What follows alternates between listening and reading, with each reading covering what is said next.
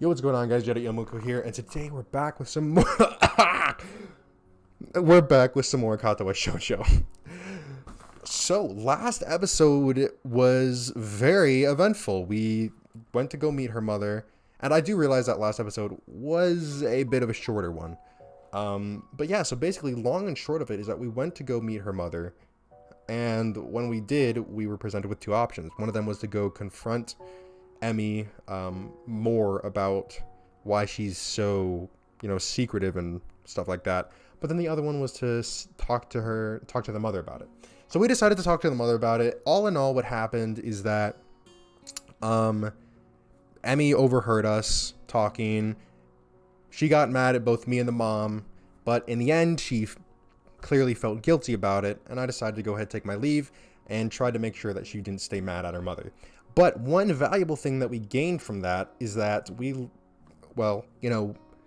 finally gotten it through our heads that, hey, a direct approach isn't going to work. We seriously need to, start thinking of another way to do this. So we're going to go ahead and load it up and get back into it. A swing and a miss, huh? The sound of my alarm is an unwelcome intrusion on a sleep that's been a battle to obtain. I doubt I've been truly asleep for more than an hour or two. Too much on my mind. Did I make the right choice? Leaving the house yesterday? Did I manage to get Emmy to realize how unreasonable she's been? Am I ever going to manage to get her to stop being unreasonable? Emmy's mom gave me a new perspective the other day, but I'm still not sure that's the right perspective. She was hurt when I left yesterday too. I know that part of any conversation is going to have to include an apology about that. Right thing to do or not, I heard her. I hurried down to the track, eager to talk to Emmy. I think I know what to say. Apologize for leaving first and go ahead from there. Unless, of course, Emmy doesn't show up, which from the looks of things seems to be the case. It's about 15 minutes since I got here and there's no sign of her. She's never late, not unless she's sick, which is unlikely. She probably just doesn't want to see me right now. To take my mind off of what that implies, I begin my warm-up routine and take off around the track. It clears my mind wonderfully. For the half hour I'm running, I don't think about anything but the run. However, once I'm finished and Emmy still hasn't shown up, I get a little worried. With any luck, the nurse will know where she is. If nothing else, I can see what he thinks I should do next. So, last night didn't go too well, I take it? Huh? You already knew? I have my ways, and it's not as if I'd miss a distinct absence of your running partner this morning, now would I? No, I suppose not. So, what happened? Don't you already know? Maybe, but I could be bluffing. Perhaps I prefer to get your side of the story before I give any advice. I quickly fill the nurse in on the events of last night, and he takes it all in without changing expression once. Nothing about the whole event seems to surprise him, though he does seem surprised when I say that it didn't follow Emmy. Joseph talked to her mom instead, huh? Smart move, though I guess it didn't work out too well for you in the end. Well, I'm not sure. Emmy seemed apologetic when I left, or at least she seemed that way until she put her defense up again. The nurse sighs and spreads his hand in a conciliatory gesture. Frankly, I'm surprised she let him down at all. Emmy's had a lot of practice on that score. He probably won't get anything else out of her. I don't believe you. Is that so? You think she'll talk to you? You think she'll tell you the whole tale? I'd swear I just saw the nurse's eyes glitter a little. His expression's the same, but he leans forward ever so slightly. I think she'll open up if I talk to her without being an idiot about it. Yeah. The nurse gives his enigmatic smile in response and shrugs widely. I think he's enjoying this role a little too much. That's the real trick, isn't it? Are you sure you know the right way to approach the subject? I can guarantee that Emmy's going to try her hardest to pretend last night didn't happen. It'll be painfully awkward for the both of you, but it'll also be a lot safer than trying to ask her for the whole story again. It could go worse this time. Are you ready for something like that? It sounds like a challenge, but he doesn't believe for a minute that I'd be so bold. I actually feel a little insulted by his lack of confidence in me. Of course I'm ready for that. I love her. My outburst gets a raised eyebrow in response. Well then. Good luck. Let me know how it all turns out. Although he delivers his parting shot with the same smirk as usual, I actually think the nurse wants me to succeed. I resist the urge to charge directly to Emmy's room to prove the nurse wrong. I've gone in half-cocked before, and the results were less than stellar. If I'm going to do this, I need to figure out exactly what I'm going to say and how I'm going to say it. Something to think about in class. Sure enough, by the time lunch rolls around, I think I have a good idea of what to say. I can do this. The bell rings and I grab my lunch and dash up the stairs, eager to be the first. I'll need to ask Ren to leave, and I'll need to... Hi, Sao! Sorry I wasn't able to run with you this morning. I overslept. Somehow, both Emmy and Rin have managed to get to the roof before me. Oh, that's not a problem. Last night was kind of draining, I guess. Emma's expression doesn't alter in the slightest. Yeah, sorry about that, but I've had such a weird morning since then. Oh, really? Emmy proceeds to make small talk for the rest of the time. I can barely get a word in edgewise, and soon find myself interjecting with a sort of back-and-forth dialogue that seems to have defined our early relationship. I'm not going to get anywhere on this problem during lunch, obviously. I can respect that. Emmy obviously doesn't want to accidentally pull Rin into things, and that's fine. Not that I think Rin would notice, but I can at least respect that sort of rationale. Well, I mean, yeah, considering that Rin literally walked in on us fucking both naked and, basically fucking each other, and literally didn't give a shit about it. She fucking walked in. We're both, fucking Emmy's in her panties only. I have, cum all over my fucking pants. And she just, yeah, I wanted to see a cloud, but I guess I can't see it anymore. Well, see ya, guys. I don't think Ren really gives a shit, honestly. Okay. I tried a different tactic. Hey, Emmy, what are you up to after class today? I was thinking we could go somewhere for dinner or something. Emmy looked genuinely remorseful. Sorry, Isao. I promised a track captain that I'd stick around after practice and help with some other kids with their form. It'll have to be some other time. Yeah, sure. I'm honestly not sure what to do now. Maybe diving into things the day after would be a bad idea anyway. She might still be angry about it and just not showing it. Besides, if she's got track team responsibilities, that's fine, right? I tell myself some variation on this theme the next day. Then the next, I wake up, run with Emmy, during which she refuses to talk about anything but the run, and what she was doing the night before, and then lunch, where we sit and make small talk until the bell rings. Her new responsibilities effectively keeping me from seeing her outside of school. Maybe, just maybe, I'm letting it happen because it's safer this way. Just like the nurse said. Except while it may be safer, I'm feeling more and more wretched. Emmy doesn't look good when I see her anymore. Dark circles lurk under her eyes. She seems more and more distracted, and I can't bring myself to just ask what's going wrong, because the timing never seems right. I'm absolutely miserable. Alright, wow. Problems in the relationship. Another lunch comes. I trudge up the stairs to the rooftop like a condemned man. Rin is up there, but Emmy's not. Immediately I worry that something's happened to her. Maybe the lack of sleep finally made her collapse, or something worse. She seems pretty tired after our morning run. Maybe she fell asleep and didn't even make it to class. Hey, Rin, where's Emmy? In response, I get a rather penetrating look from Rin, and something approaching a frown appears on her face. Is that information really important? I think so. She's usually with you here, isn't she? I don't know. I have no way of being sure. I can confirm that she is, in fact, usually here with you when I come up. Well, she isn't now. Does that worry you? Kind of. That seems to end the conversation, and the point becomes moot anyway, because Emmy bounds through the door with her usual energy. We're kind of worried about you, Emmy. I don't think he can decide, or maybe I just don't believe him, but I think I'm going to go somewhere less awkward now. Poggers. Thank you, Rin, my sister. Alright. I'm so surprised by Rin's being so suddenly forward about it. Well, anything at all that I merely watched her head through the door. Okay. I completely butchered that sentence, but, Emmy is similarly surprised, and colors slightly crimson as she stares open-mouthed at me. It occurs to me that I should probably say something, if only to break the awkward silence that has suddenly descended. It's because you weren't here yet. I was, worried about it. Why? You're usually here, so I was just worried that something happened to you. This isn't the first time I've been late, Did you get worried all the other times, too? Not really. Emmy seems slightly amused by this. I don't know why, but that kind of pisses me off.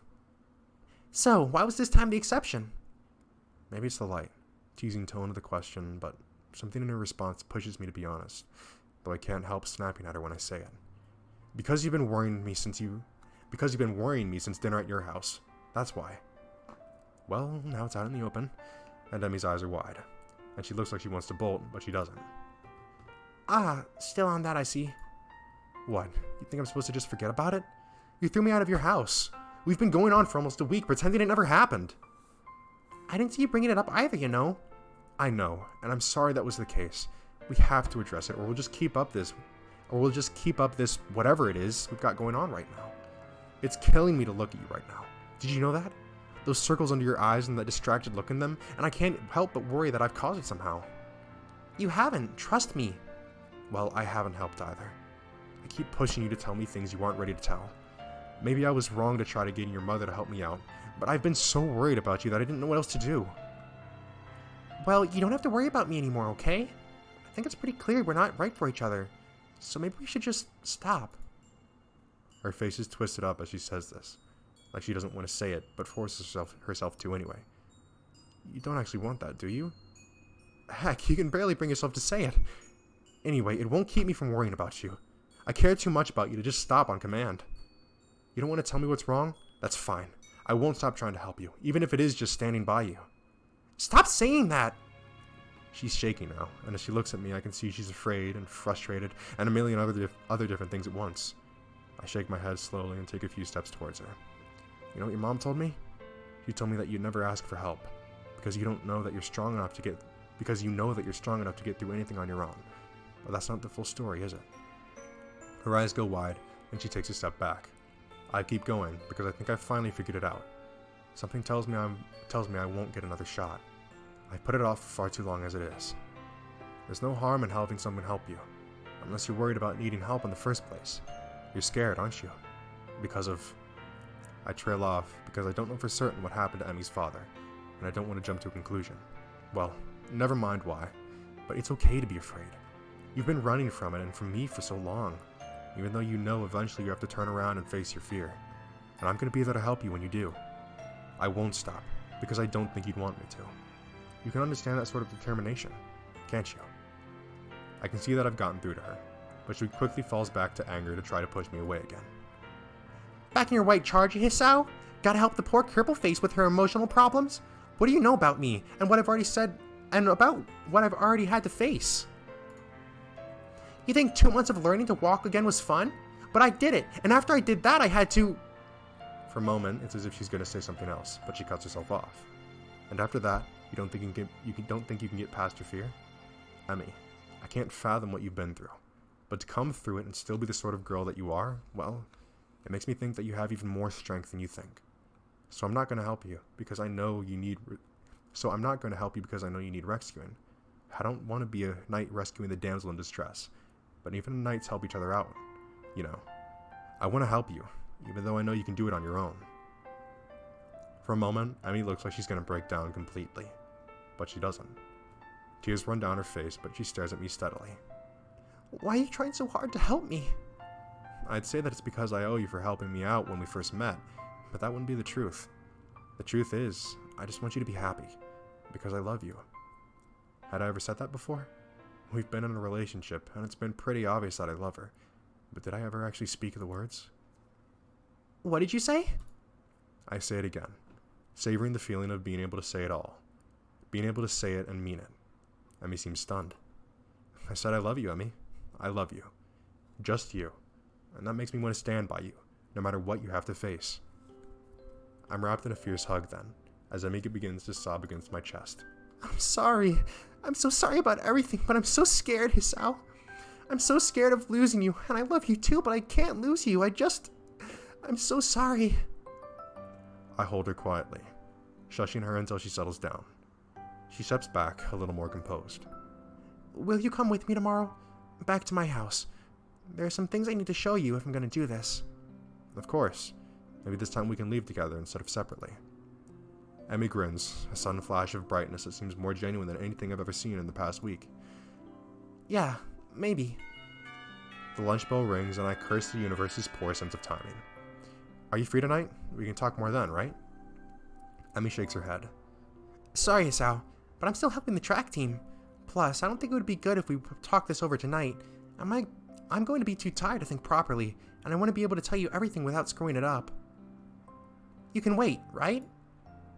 Even now, there's a bit of fear in her voice. I smile and rest a hand on her shoulder. Okay, I'll be waiting. Emmy gives me a quick kiss before she heads down the stairwell. Thanks, Hisao. See you tomorrow morning. Wouldn't miss it.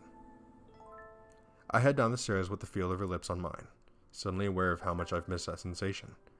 I'll have to remember to thank Rin for getting us to talk with one another, although it's possible she won't even realize what she's done.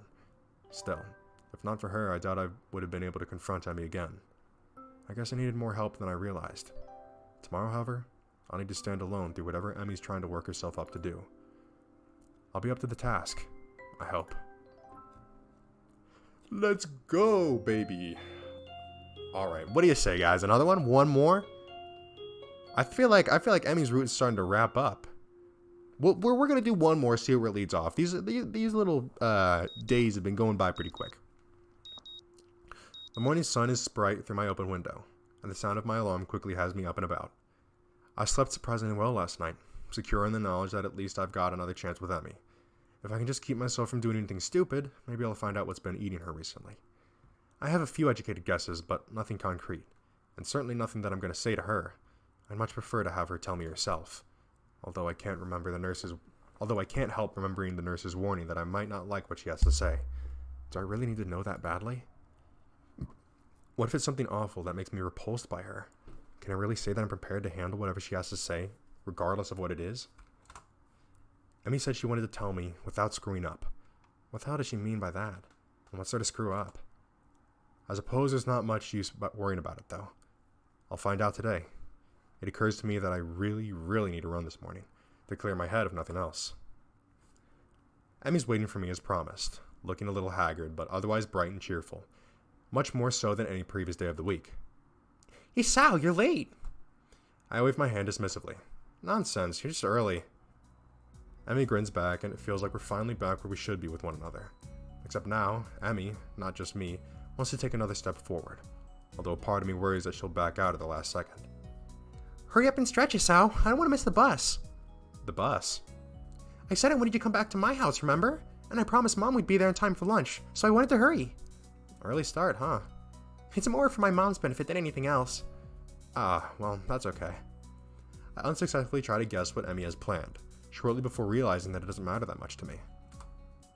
I quickly go through my warm-up routine while Emmy bounces impatiently from one foot to the other. She really does seem to want to get moving as soon as possible. The run's over so quickly I can barely believe that I haven't fallen over dead afterwards. Emmy sets a blistering pace, and I, in my foolishness, kept up with her. Well, until the last few laps. I had to slow down just in case, but I don't mind. Emmy's waiting patiently for me when I finish. As patiently as she can, anyway. Finished? Good. Come on. Grabbing my arm, she practically rushes me down to the nurse's office. You seem to be in a hurry, Emmy. Trying to catch the early bus? Yeah, I told Mom I'd be back for lunch. Well, I'll take care of you first then. But Sal's got to come with me too. The nurse raises a single eyebrow at this statement and peers at the two of us searchingly. Really? Today, huh? Emmy's response is a nod, followed by a surprisingly shy grin. Well then, we'll make this quick. Emmy enters the nurse's office, and I patiently wait outside for her to be finished, wondering just why the nurse seemed to be so surprised by Emmy's declaration.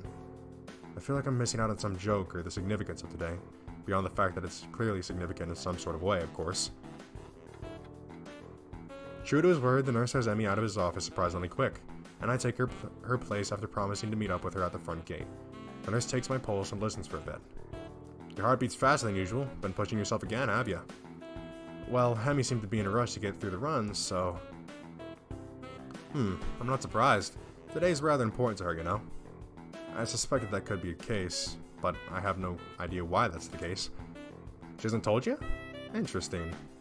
So you're not gonna tell me either, then? No, I'm not. I suspect that Emmy has her own plan for explaining today to you, and I don't want to mess with that. You'll find out soon enough, so what's the rush? I'm guessing today's probably her father's, anniversary. Now, as for your heart, I would take it easy the rest of the day. No spontaneous races or anything like that. Got it? Got it. She won't have her running legs on today. She won't have her running legs on anyway, right? No, but if you think something like that is going to stop her. Good point. I don't think it'll be much of an issue today of all days, but still. If he's trying to reassure me, he's doing a terrible job.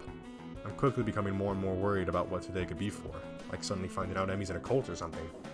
At the same time, if today is such a big deal and Emmy wants me to be with her for it, and she really does want to grow closer to me, maybe this will be the answer to all the riddles, to the sleepless nights and the sudden mood swings. Either way, I barely remember to thank the nurse before taking off as quickly as I dare from my room, to get a shower and throw on some decent-looking clothes. If the day is as important as it seems to be, I should dress appropriately. Emmy, of course, proved me wrong as soon as I reached the front gate, wearing her usual shirt and shorts.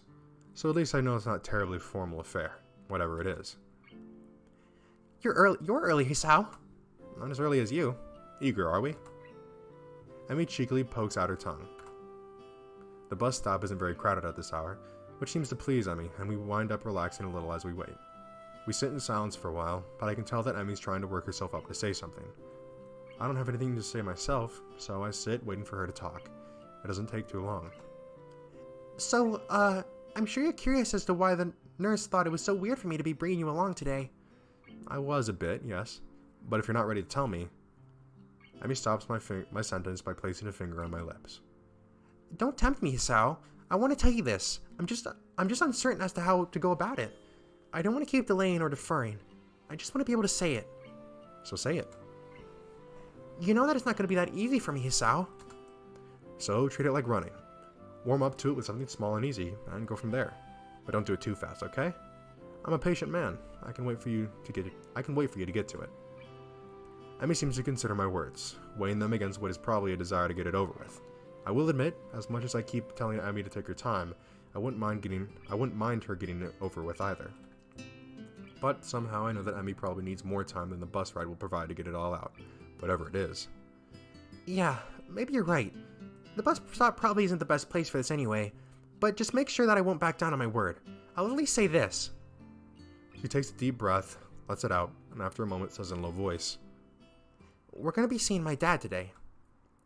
The words hang in the air, and I can see that Emmy's afraid that I'll panic and disappear in response, which a part of me almost wants to. But it would be stupid of me to back out, or to suddenly abandon the promise I made to be there for Emmy when she needs me. The nurse thought it was so weird for her to bring me along. She doesn't bring anyone along, or at least I'm willing to bet that she hasn't before today. The day seems to take on an even greater significance. What has it taken Emmy to get this far? Ah, and why is that the best I can manage as a response? Yeah. I don't know what to say. Nothing, I think. Just promise that you're going to come with me. Of course. You know I will. Emmy smiles wanly, looking a little relieved. Good. In that case, we'd better get going. The bus pulls up just a little after she finishes the sentence. Vague memories of my first trip out here come to mind as I step off the bus, but unfortunately they're too vague to be of any use. I will be the first to admit that I don't quite recall how to get to Emmy's house, so I let her lead the way. She seems content to walk in silence, and I myself had no idea what I could possibly say, so the two of us arrive at her house, having said nothing since getting off the bus. Emmy's mother opens the door and doesn't seem surprised to see me standing next to her daughter. I expect that Emmy would have phoned ahead to let her mother know of the change in plans. Emmy, Hisao, you're just in time. Lunch is about ready. Great, I was afraid we might be running late. As fast as you were going this morning, I thought there was much of a chance for that. I certainly hope she wasn't too much of a bother, Hisao. She tends to get a little paranoid about being on time when food's involved. I hadn't noticed. This earns me a swat on the arm from Emmy, who, despite the serious nature of the conversation on the bus and the almost brooding quiet talk, has quickly become cheerful again. Probably to keep her mother from worrying about whatever it is Emmy plans to tell me later. Ms. Ibarazaki ushers us in, and in short order we're around the table devouring lunch. I hadn't realized how hungry I was until I got here, but for once I seem to be eating almost as much as Emmy. My goodness, it's a good thing I made so much. The two of you are acting like you haven't eaten in days. I skipped breakfast. I can't speak. I skipped breakfast. Good lord. I skipped breakfast this morning. Me too. Had to catch the bus, I assume? That's it. That, and I'd figured you'd make too much food, so it wouldn't matter if I skipped breakfast. Well, it's good to know that I'm predictable. Emmy nods enthusiastically, and conversation falls off again as we nearly clear the table of anything edible. It is a testament to the sheer amount of food on offer that we don't finish everything. I lean back in my chair with a sigh and thank Miss Ibarazaki for the food. I'm glad you liked it, Hisao. Now, has Emmy told you where we're going? Yeah, sort of. Is it far from here? Not really, but we'll drive there to save time. It closes kind of early. I nod in assent and stand up, ready to go. Well then, shall we? Miss Ibarazaki leaves the room to grab her keys. Emmy, I notice, has started to fidget nervously. Second thoughts? Emmy smiles tightly at me and shrugs. She's fallen silent again, which probably means that I'm right, and she's starting to regret bringing me along. Not that I blame her. She's done such a good job of shutting me out that I doubt it's easy to suddenly open up now. Honestly, I'm worried that she's forcing it. But she said while waiting for the bus that I'm not supposed to give her a chance to back out, and since I promised to go with her anyway, I suppose there's not much of a choice. I can't back out on my promise, and she can't back out on hers. I just hope that both of us are up to it. We're off! Emmy's mother blows to the dining room, collects the two of us, and heads out the door at a brisk pace. Now I know where her daughter gets it from. The car pulls up at the cemetery gates, and I feel Emmy tense up beside me. I reach over and give her hand a comforting squeeze, which causes her to relax a little. Emmy's mother doesn't follow us, explaining that she prefers to visit the grave alone. Emmy steps to the gates and looks back, as if to make sure I'm still there. We step into the cemetery. I don't feel comfortable in cemeteries. Gravestones litter the ground, each one serving as a reminder that someone used to be alive and is no longer. How many died young? How many were old as I am now? When do I wind up with a marker of my own? How much longer do I have left? The concept of not waking up, not seeing Emmy anymore, is not a happy one. It frightens me, and I very nearly turn around and exit right then and there. I don't want to go among dead people, and I don't want to see their stones and think about who they are or what they could have been if they only had more time. Then I look at the girl next to me, and my resolve turns.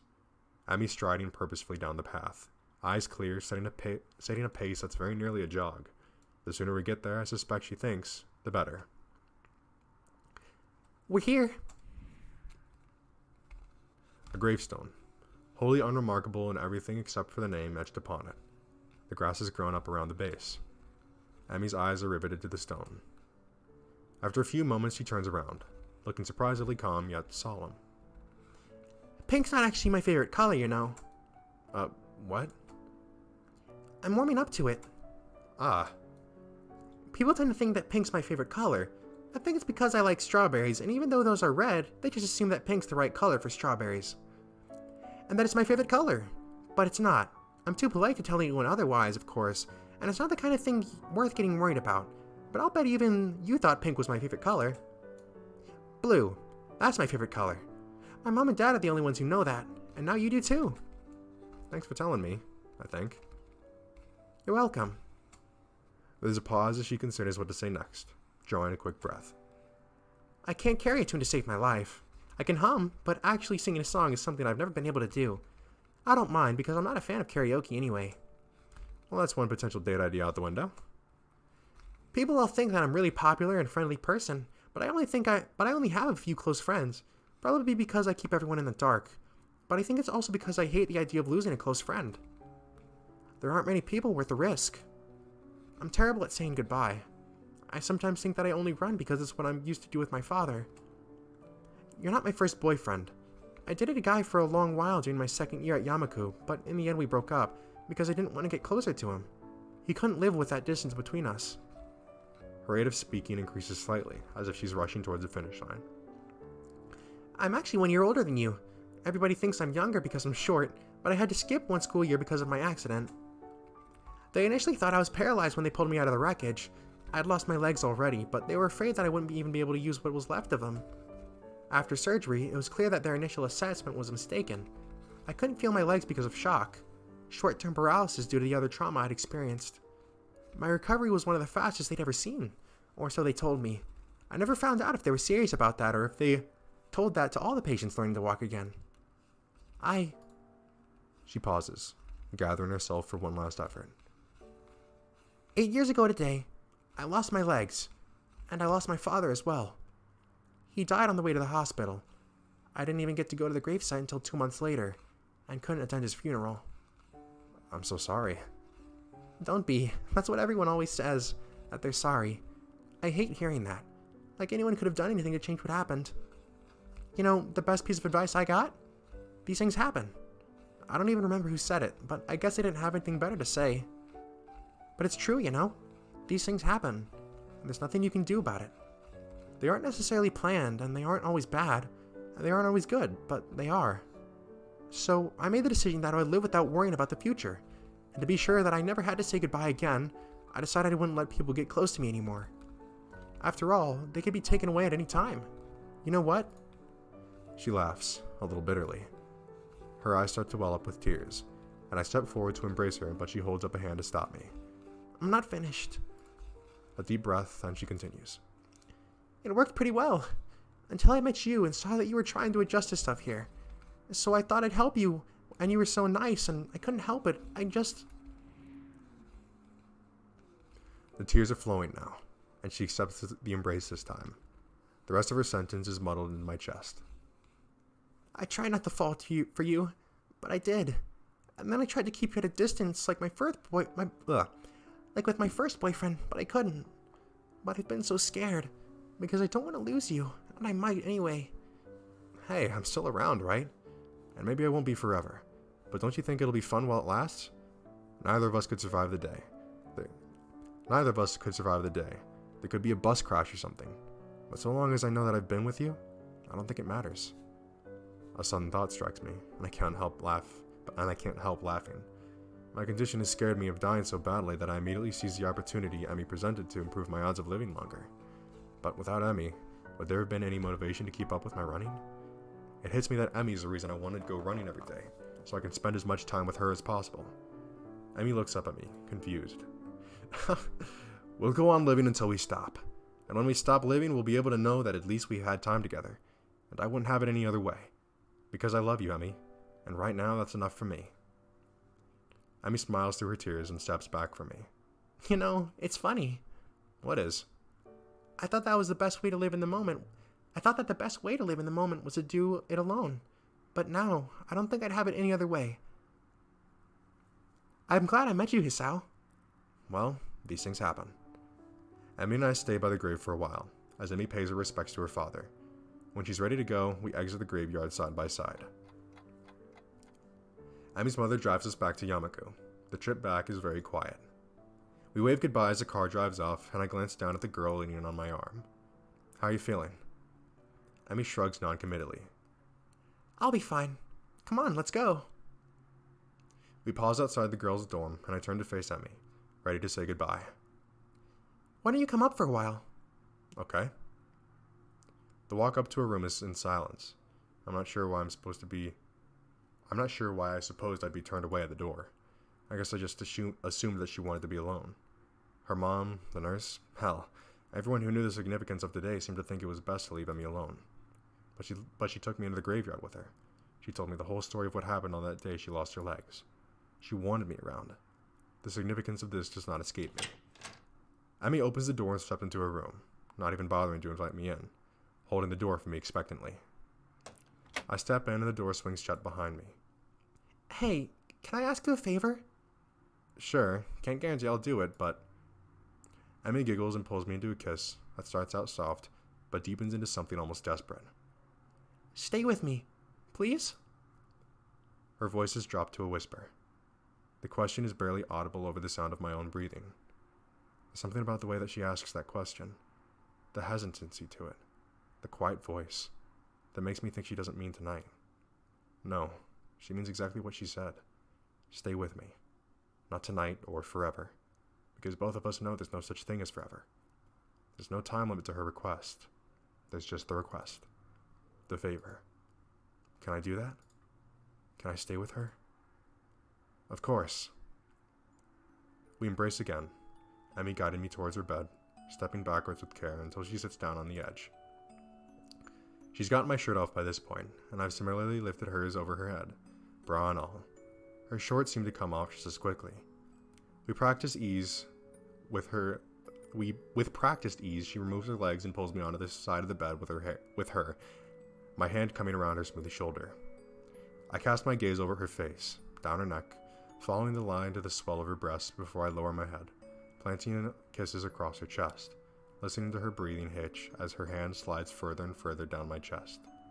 As I work my way back up her neck, I can feel her hands working at my belt, now fumbling slightly with the buckle, now unbuttoning, now unzipping, until my pants fall to the floor. Her panties are noticeably darkened in the right place, showing that my earlier administrations have produced some results. I step back quietly and shuck my boxers, and move back in as Emmy reaches over into a drawer on her nightstand, removing a small foil package. She tears it open with a quick jerk of her teeth and reaches down to apply the protection, which, as always, causes me to gasp a little. Her expression suddenly changes as she takes the view of me in. Wait a second. Are you still in your socks? I pause and look down. Apparently I am. Yeah? Does that matter? Take them off. It's weird if you still have them on. You know, you've still got your socks on too. Yes, but I don't have my legs on, so it doesn't count. Unable to deny her logic and impatient to have the conversation over anyway, I quickly remove the offending items. I'm so eager to get back at Emmy that I practically jump on top of her, pushing her down playfully. Emmy's giggling and squirming quickly ends, replaced by a happy sigh as I enter her. Breathing deeply as she savors the feeling, she spreads her arms to grab the sheets. Her breath is in my ear as I begin moving, whispering words of encouragement, nipping at my neck, now at my mouth. My hips hit the edge of the mattress, shaking the bed. A part of my brain briefly wonders if I should try to be quicker before succumbing to the waves of pleasure racing up my spine. Emmy's stomach tenses as she grows closer to the edge, and as our bodies both begin to glisten with sweat, time begins to become hazy. The sound of my own breathing mingles with Emmy's panting, and I ready myself for a final surge before surrendering to the rushing wave of climax. Emmy's body shudders, and she cries out, her fingers digging into my back as I too lose control of myself. My back arches as I let myself go, feeling my body spasm as I orgasm. I collapse next to Emmy, who almost immediately curls against me, smiling. Mentally, I feel grateful that Emmy keeps her nails short, otherwise I think she might have drawn blood. I sit up briefly to dispose of the now used condom and lay back down next to Emmy, who's in turn taking care of cleaning herself off. For a while we lay in silence, savoring the feeling of being next to one another. Emmy is the first one to speak. Hey, Hisao. Thanks for coming with me today. I smile and plant a kiss on her head. Of course, my pleasure. Emmy snuggles closer, and I can feel her breathing begin to slacken as she begins to drift off to sleep. Just as she's about to fall asleep, she wakes up enough to mutter a single sentence. I love you, Hisao. Then she's out like a light, leaving me here feeling like I'm on top of the world. I draw the slumbering Emmy as close as possible, pull the covers over us to keep the chill off, and fall asleep as happy as I've ever been.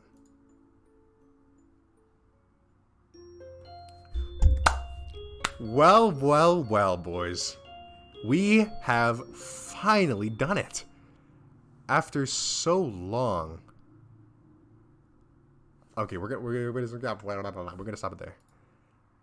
Woo! All right, after so long of just this absolute like back and forth, right?